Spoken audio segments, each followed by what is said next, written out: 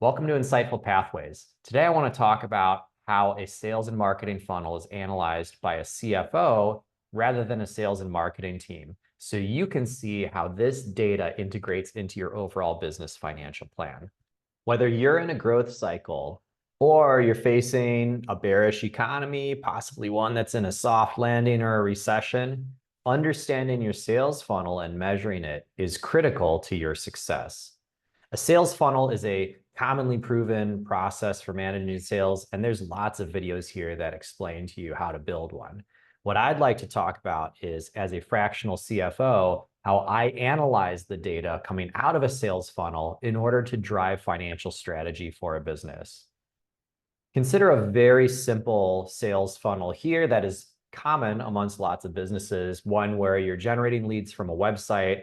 It creates meetings, you eventually send a proposal, and then that proposal is won. This is typical for professional service organizations, digital marketing companies, accounting firms, anything like that, lawyers, anything like that that's going to be sending some kind of professional proposal to people.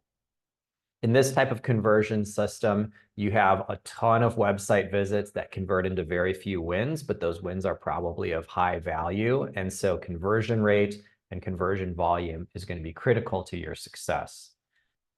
Anytime I'm working with a mature business that has historical data, I always want to be looking at these funnel metrics on a year-over-year and month-over-month basis. And the best way to do this is with simple visuals like this. So here I've broken out these 4 levels of the funnel into a couple easy charts. This is the top of the funnel, the website leads that come across. And you can see, looking at this year's blue line, there's been a progressive downward trend, which is concerning.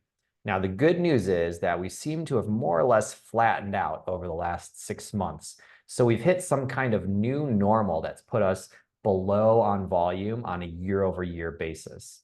Now, what does that mean in terms of the rest of the funnel? Well, as we look at the number of meetings that our sales team has booked, there was a period where we were suffering on a year-over-year basis, but recently we've actually started to exceed last year's targets. So maybe, even though we're generating less leads, we're more focused on the leads that we are generating. In fact, that was the marketing strategy for this business. They decided to exit a service line that was not super profitable for them. It drove a lot of leads, but didn't drive a lot of conversions. And so by focusing on their core business, we're seeing lower volume at the top, but we're seeing the same now number of meetings booked from people, which hopefully is going to drive the same or better revenue. And going down to the bottom of the funnel, looking at the close rate, sure enough, you can see it's been bouncing around above and below, but in general, the close rate has stayed pretty constant for this business over the last 24 months.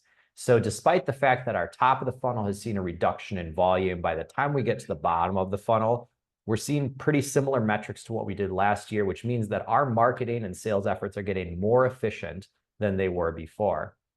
It's also important to measure this not just in terms of volume, but also in terms of dollars. I'm a fractional CFO after all, so dollars are what really matter the most to me.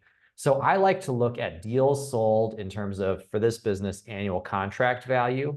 You could also look at projected lifetime value, or you could look at, first shopping cart size. What makes sense for your business will depend on your business's dynamics, and you should consult with your advisors about that. But if we look at deals sold in terms of dollar values, there is a downward trajectory here on this dark green line, and also a little bit on this gray line. Some of that has to do with the seasonality of this business. So understanding your seasonality and quantifying that is critical. But you can see that in recent history, on kind of a trailing 6-month basis, we're beating this year versus last year, which means that not only am I keeping up with conversions, but I'm actually closing bigger deals than I did last year. So higher dollar value targets, which is consistent with the strategy that this company was taking.